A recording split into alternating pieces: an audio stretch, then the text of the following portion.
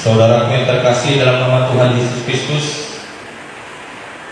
pertama sekali kita bersyukur kepada Tuhan atas segala kemurahan-Nya yang memberkati kita lebih daripada apa yang pernah kita doakan, lebih daripada apa yang pernah kita harapkan dari Tuhan. Tuhan kerjakan bagi kita, yaitu yang telah melimpahkan kepada kita kasih karunia, sehingga hari ini kita dapat melayani Dia, Tuhan Raja Maha Esa, ya, Allah kita yang diperkenalkan oleh Yesus Kristus sebagai Bapa, Tuhan yang ajaib, Jehovah kita, Allah yang menyertai dan tidak pernah berhenti untuk menolong kita. Pada saat siang hari ini, saudara yang terkasih dalam nama Tuhan Yesus Kristus, marilah kita mempersiapkan hidup kita untuk dibekali melalui firman Allah yang akan kita dengarkan pada saat ini. Saudara yang terkasih, tadi pujian yang kita nyanyikan dari bangsa daerah sungguh memberikan kepada kita pemahaman bahwa kita harus bersiap-siap, ya. Harun itu hari ini mengatur masa talpe, kedatangan Tuhan itu sungguh akan nyata, dan Dia tidak akan menunda-nunda waktu untuk kedatangannya. Lantas bagaimana kita sebagai warga gereja domba-domba Tuhan mempersiapkan diri kita untuk menyambut kedatangannya? Apa yang perlu kita miliki dalam hidup ini supaya kelak ketika Yesus datang kedua kali, saudara tidak tertinggal, ya, keluarga kita tidak tertinggal, karena kedatangan Dia seperti pencuri, ya, tidak cuma tanda-tanda akan sampaikan kepada kita. Itu sebabnya kita harus waspada dan berjaga-jaga. Dunia ini akan segera berlalu dengan segala apa yang ada dalamnya, tetapi orang benar akan hidup oleh karena percaya. Sebab itu, saudara terkasih, marilah kita membuka Alkitab kita dan kitab Perjanjian Baru dari Injil Yohanes pasal yang ke-10.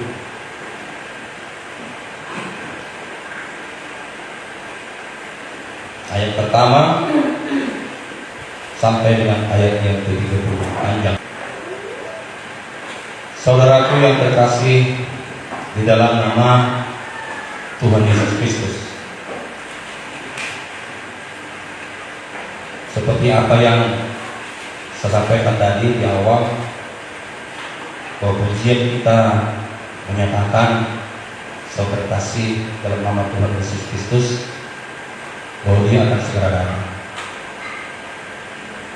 dan Dia tidak akan menunda waktu untuk kedatangannya kedua kali. Maksud kedatangannya kedua kali adalah untuk membawa orang-orang percaya, orang-orang yang dibenarkan oleh darahnya, untuk dibawa pulang, ya, ke tempat asalnya, yaitu ke rumah Bapa di surga. Dunia ini adalah tempat persinggahan.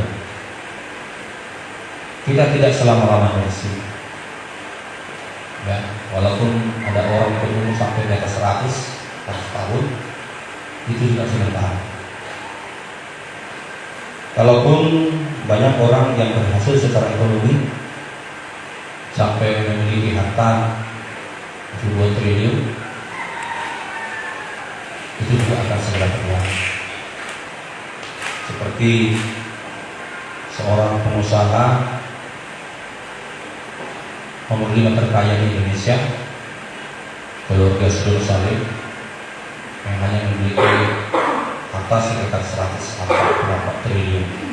Itu juga dikategorikan orang kaya, tetapi itu juga akan segera berlalu. Oleh sebab itu, saudara kasih, kalau kita sudah tahu, kita sadar bahwa dunia ini bukan tempat tinggal yang tetap, ya, karena Tuhan akan segera datang.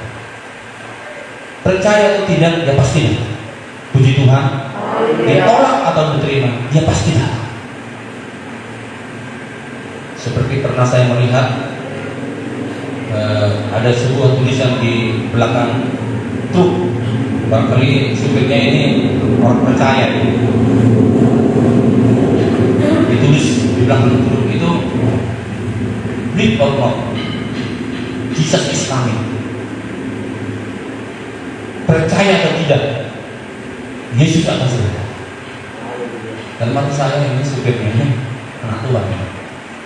Walaupun mungkin dia tidak dapat beribadah setiap minggu karena pelayanan pekerjaan. Nah, secara khusus bagi kita anak Tuhan, tentu tidak semua orang akan dibawa pulang ke surga, sekalipun dia orang bergereja. Ya. Aku sudah menjadi warga gereja, aku sudah terdaftar, aku telah memberikan kewajiban gereja. Itu tidak menjadi sebuah jaminan bahwa kau akan dibawa ke surga kekal, seperti yang dijanjikan oleh Tuhan Yesus kepada kita pada saat hari ini, bahwa diberikan kepada kita kehidupan kekal, baik setelah kita mati atau sebelum kita mati. Kalau hari ini Tuhan Yesus datang, berarti kita tidak melalui proses kematian. Segera saja tubuh kita diperbaharui dengan tubuh yang dipermuliakan, diubah sekejap. Tetapi bagi orang yang sebelum meninggal dunia, dia dibangkitkan dan diberikan tubuh yang dipermuliakan. Karena tubuh yang kita pakai sekarang ini tidak bisa masuk surga ini, tidak bisa hidup kekal ini. Dia akan merasakan perasaan apa yang kita alami di dunia, bisa lapar, bisa sakit dan sebagainya. Oleh sebab itu, firman Tuhan yang kita kutip dari judul perikop Gembala yang Baik, pastikan engkau menjadi bagian daripada orang-orang yang menerima kehidupan yang kekal itu. Pastikan, ya, pastikan. Lantas apa ciri-ciri? Apa ciri-ciri bahwa kau pasti menjadi bagian daripada rencana Allah yang tidak pernah gagal, seperti firman Allah yang kita dengarkan beberapa hari yang lalu yang disampaikan oleh Anak Paulus kita. Rencana Allah tidak pernah gagal.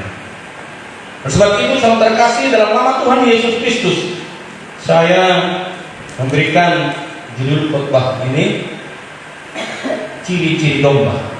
Puji Tuhan. Ciri-ciri domba. Bersama kita katakan ciri-ciri domba. Ciri-ciri domba. Mari kita lihat, Bapak Ibu, apakah ciri-ciri ini sudah terdapat dalam hidup? Apakah ciri-ciri itu sudah ada dalam diri saya? Jangan kita menyatakan aku orang Kristen, karena terkasih dalam Matius pasal 25, tidak semua orang yang mau dalam Yesus masuk surga. Hanya orang yang memiliki ketiga ciri-ciri ini. Ya, apa itu ciri-ciri yang ada di dalam ayat yang ke-27? Nah, 27 bahwa ciri-ciri domba. Kita ini diperumpamakan domba. Ya, domba bukan kambing, ya. Kambing itu merupakan lambang yang menolak Yesus, mengenal tapi menolak. Tapi domba-domba yang memiliki ciri-ciri ketiga perkara, seperti yang tertulis di dalam ayat 27, bahwa domba-domba atau ciri-ciri domba memiliki tiga perkara dalam kehidupan. Amin. Puji Tuhan. Yang pertama, mendengarkan firman Allah. Haleluya. Yang kedua, mengenal Tuhan Yesus Kristus. Yang terakhir, mengikut Tuhan Yesus Kristus. Puji Tuhan. Saudara terkasih dalam nama Tuhan Yesus Kristus, ketika Yesus menyampaikan kebenaran tentang siapa dia kepada orang-orang Yahudi, itu ahli Taurat, orang Farisi, orang Saduki, dan orang-orang Yahudi, Yesus Kristus telah melakukan banyak perkara-perkara ajaib. Yesus Kristus telah menyampaikan kebenaran tentang siapa dirinya. Akulah jalan, kebenaran, dan hidup. Akulah terang, akulah roh yang turun dari surga, akulah gembala yang baik. Tetapi orang-orang Israel menolak. Mereka tidak mau percaya. Siapakah Yesus ini? Yesus sudah berkata, dari pekerjaan pekerjaan yang kulakukan itulah membuktikan bahwa aku dan Bapa satu. Aku adalah Tuhan yang turun dari surga untuk membawa pulang orang-orang domba-domba yang tersesat, yang mau mengikut, mendengar dan mengenal Dia. Tetapi orang-orang Yahudi menolak hingga sekarang. Orang-orang Yahudi hingga sekarang menolak. Hanya sekitar 2 atau berapa persen orang-orang Kristen yang ada di Yahudi di Israel hingga sekarang. Oleh sebab itu, saudara kasih, Yesus tadi berkata dalam firman Allah yang kita dengarkan pada saat hari ini, dikatakan, saya akan baca kembali mulai dari ayat 22. Tidak lama kemudian tibalah hari raya pentabisan bait Allah di Yerusalem. Ketika itu musim dingin dan Yesus berjalan di jalan di bait Allah di Serani Salomo. Maka orang-orang Yahudi mengelilingi Dia dan berkata kepadanya, berapa lama lagi engkau membiarkan kami hidup dalam kebimbangan? Jikalau engkau Mesias, katakanlah terus terang kepada kami. Yesus menjawab mereka, aku telah mengatakannya kepada kamu, tetapi kamu tidak percaya. Pekerjaan-pekerjaan yang kulakukan dalam nama Bapakku itulah yang memberikan kesaksian tentang aku, tetapi kamu tidak percaya karena kamu tidak termasuk domba-dombaku. Ayat 27, domba-dombaku mendengarkan suaraku. Puji Tuhan. Puji Tuhan. Itulah yang merupakan ciri-ciri yang pertama yang harus kita miliki sebagai anak Tuhan.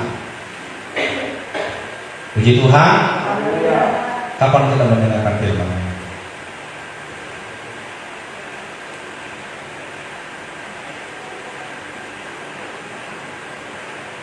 Cukupkah hanya di gereja?